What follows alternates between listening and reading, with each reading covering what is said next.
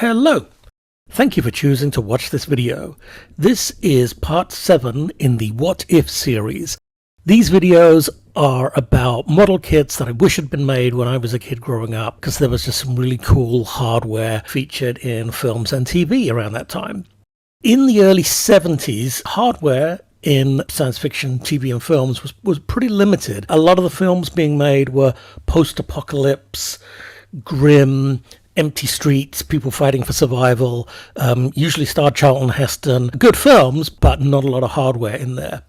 I think possibly people were a little afraid of unfavorable comparisons to 2001: A Space Odyssey that really just set the standard of what spaceships and special effects had to be for several years, so maybe that was part of it. There were a few exceptions.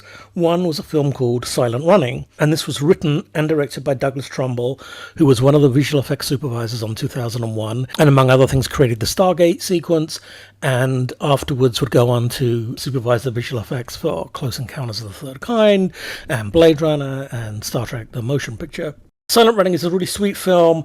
It's set aboard one of 8 gigantic ships that are traveling through space, carrying the last of Earth's sort of vegetation, because the world's been polluted and what have you.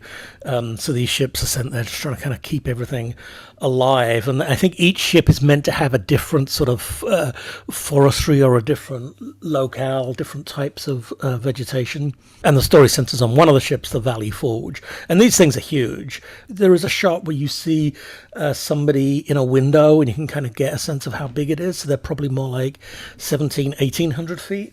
And it seemed like if you're going to do a kit of it, because there is a lot of structures and details and antennas and lots of little things, it needs to be a decent enough size. So as an Airfix kit, Airfix's scale for large ships was 600th. So if this was in 600 scale, it'd be 3 feet long, which would be massive for a kit in those days, certainly.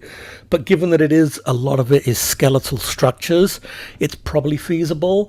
It'd probably have to sit on a couple of stands, like those kind of truss stands they had for their ships, or possibly one of the big super kit stands to hold it up, maybe. The domes themselves, that are I think a couple hundred feet round in the movie, would be 3 or 4 inches across. So that would be a challenge just to get all the detail and stuff in there. So I think had they made this kit, would have been, it's just a cool piece of sci-fi hardware, but I think there'd be some great opportunities for modelers to sort of really go to town, adding extra detail, and as I said, all the little plants and vegetation and the little sort of pathways that crisscross around in there, but would probably be a little bit of a dull kit otherwise. I sort of put on the box, transfers for all 8, but yeah, not the most exciting kit around, but different as is the film itself. It's different and distinct and has a following. So I know a couple of people have posted like, oh, wouldn't it be great if those kits of the Silent Running ship? I think there's some resin kits out there. I'm a believer in kits need to sort of convey the sense of something. So if this thing is meant to be big, it's got to be a pretty big kit. It's got to be able to show that level of detail, and it's got to have a bit of heft on the shelf. There's a really beautiful model of the Starship Enterprise you can get, which is 1,000th scale, I think. So it comes in about 10 inches long, and it's a beautiful kit and super accurate, and it's the Enterprise, so it looks great. But it's just not big enough. The Enterprise needs to look huge. It needs to look magnificent. And however good a model is, if it's 8 inches long, it's not really going to give you that sense. Anyway, that's by the by. So anyway, this would be 1/600th scale, about 3 feet long. Probably come in the white plastic that Airfix favored for all their spaceships. But otherwise, films and TV, hardware-wise, was a bit thin on the ground in the 70s. Now, the Jerry Anderson shows were always repeated, so I'm going to include a couple here just because I love all that stuff. Joe 90 is one of the sort of lesser-known shows, and in the first episode of that, there is a hypothesis of what a mission for Joe could be, and they have this short story about the MiG-242, which is a fictional plane within a fictional TV show. But anyway, this is just a great looking plane. It was designed by Mike Trim. It was customized from an Angel Interceptor, its swing wing, and of course Airfix did the Angel Interceptor. This just seems like this would be a great one for them to have done, that you could put on the shelf next to the Angel Interceptor. Another oddity that I really just wanted to sort of paint paint these as real vehicles. It's Super Run tankers that appear in an episode of Thunderbirds, which features the crab logger, which is probably one of the most famous vehicles in Thunderbirds. And these tankers, they follow up behind it and keep the wood processing machinery with fuel. And they're just really typical funky looking trucks that you always had in Thunderbirds with big wheels, and they're kind of kicking out dust everywhere. And also in that episode, there's sort of a transporter version which has an open back, and that receives wood pulp that the crab logger has picked up and sort of collects it in the back. So, you know, as kit manufacturers are prone to do, it makes perfect sense. Hey, if we're building one of these things, let's just do another kit that's basically all the same parts and sell it as something else. So that's what this is. You know, sci-fi hardware nerds like myself, this is where you'd get a lot of your jollies from in the 70s, was repeats of the Anderson stuff.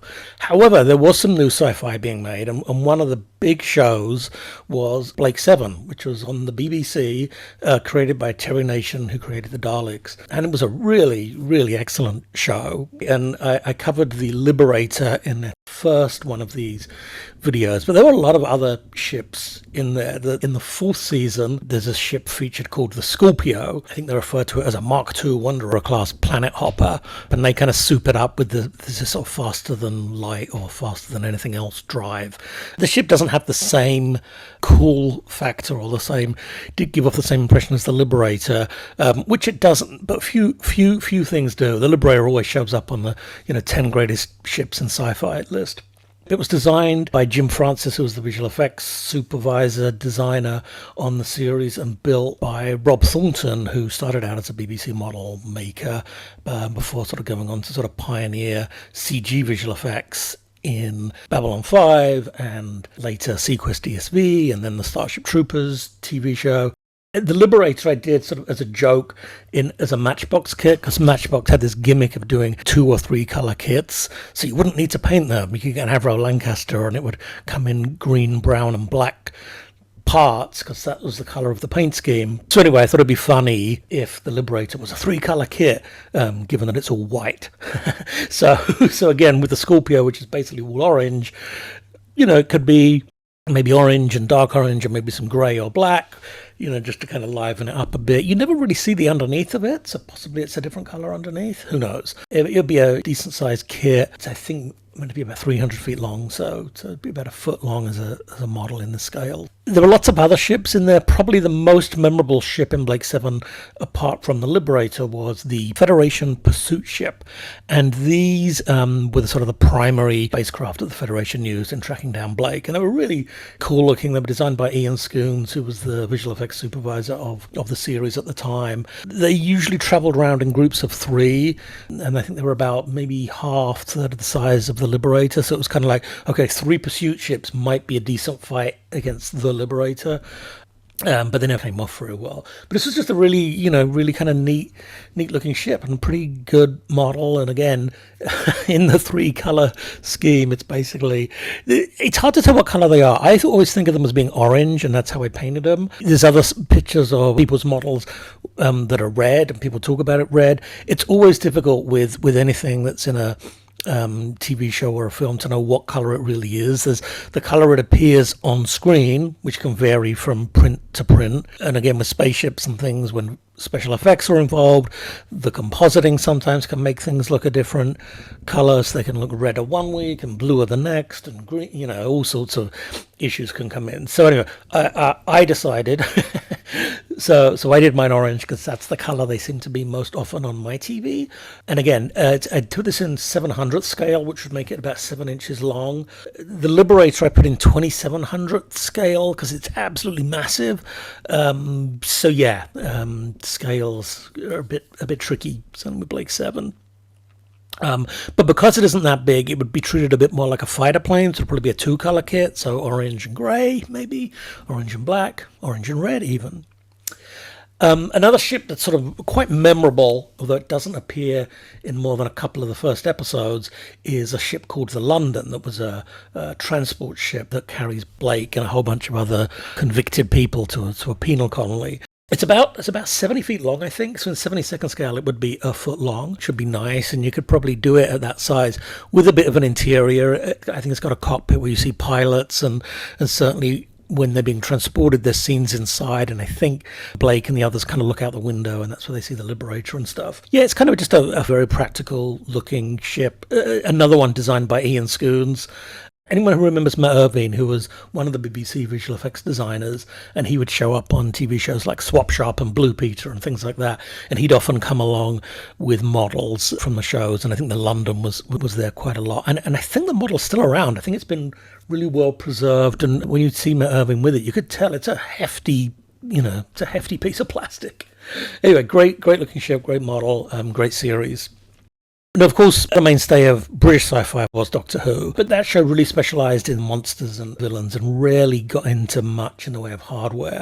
One I really remember was from a great story called City of Death, and that involved the dawn of life on Earth. There's just these really great shots of this totally barren, sterile sort of wasteland, and this ship that sort of comes into land, and its legs fold up, and I think the middle of it rotates. It's just a really kind of unique design, and actually, and its story is really good. So this would be a fun model to have. Another Ian Scoones design, I believe.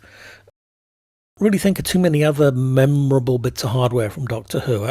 The TARDIS, obviously, and the Daleks, but in terms of other spaceships and things, can't really think of too much. I'm sure if there's Doctor Who fans watching this, they will tell me immediately what I'm missing out on.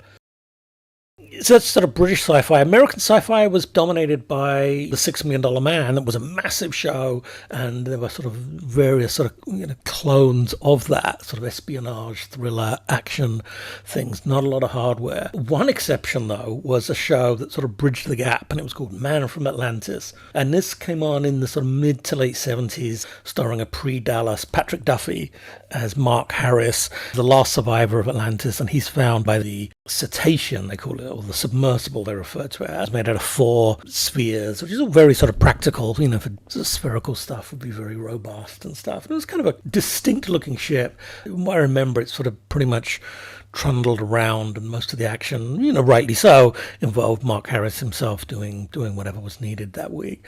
But it would be a fun kit. Hopefully I've done a good job here of imagining what a box of it could look like. It'd come in nice black plastic and just wouldn't be much to it. I think the rudder moves and the propeller would move, but that's kind of it. It didn't really do too much else as far as I remember. And then there was a theatrical movie called The Amazing Captain Nemo, which was an edited down version of a 3-part miniseries called The Return of Captain Nemo, and those who decided he was more amazing than just being able to return. I saw this when it came out. I think maybe it was right after Star Wars, and I was really into submarines at the time. I still am, but I think 20,000 Leagues Under the Sea had just come out, and I was like, oh wow, Captain Nemo. But it's this really unusual take on the Nautilus. It doesn't look like it's from the Victorian era at all, although it is in the story. He's in suspended animation, and they go off on adventures. But yeah, it doesn't look like it could do any of the stuff that's in the book. But it's one of those things. I put it in 1/128th scale, which is, I think, a sort of standard scale for submarines, sort of. But more importantly, it's the scale of the Mobius Seaviews. They did 2 models of the Seaview, the TV version and the 8-window version. So having this be in the same scale of that would be kind of fun, and I think it would be about 18 inches long. I feel like there's dialogue in the film that says it's made out of gold. It looks sort of like greeny, metallic, could be in some wild kind of color plastic. Lastly, there's a great film from 1978-77 called Capricorn One. No one sort of really talks about or remembers, and doesn't really show up on TV that often, but it's about a failed mission to land on Mars, and sort of plays on the moon landings were faked sort of storyline. It's just this really great thriller, and it's just a really entertaining film. It doesn't have any outer space action in it. So this kit, this dogfight double, is based on the climax of the film, where there's this crop duster and it's being chased by These faceless, very, very well portrayed Hughes 500 helicopters that don't have any markings, and you never see the pilots. They just sort of are chasing them through Death Valley with amazing stunt work and aerial scenes. Just really great climax. So that would just be a fun dogfight double. You should get like a couple of the characters, and there's one character on the wing who's sort of hanging on for dear life in amongst all this stuff. Just fantastic. So that's pretty much it for this video. I've got a lot of Jerry Anderson stuff that I'm putting together for another video. As always, thanks very much for watching. Subscribe, like, share this with your friends. Check out the website, check out other videos on the channel. And yeah, thanks very much again for watching. See you soon. Bye.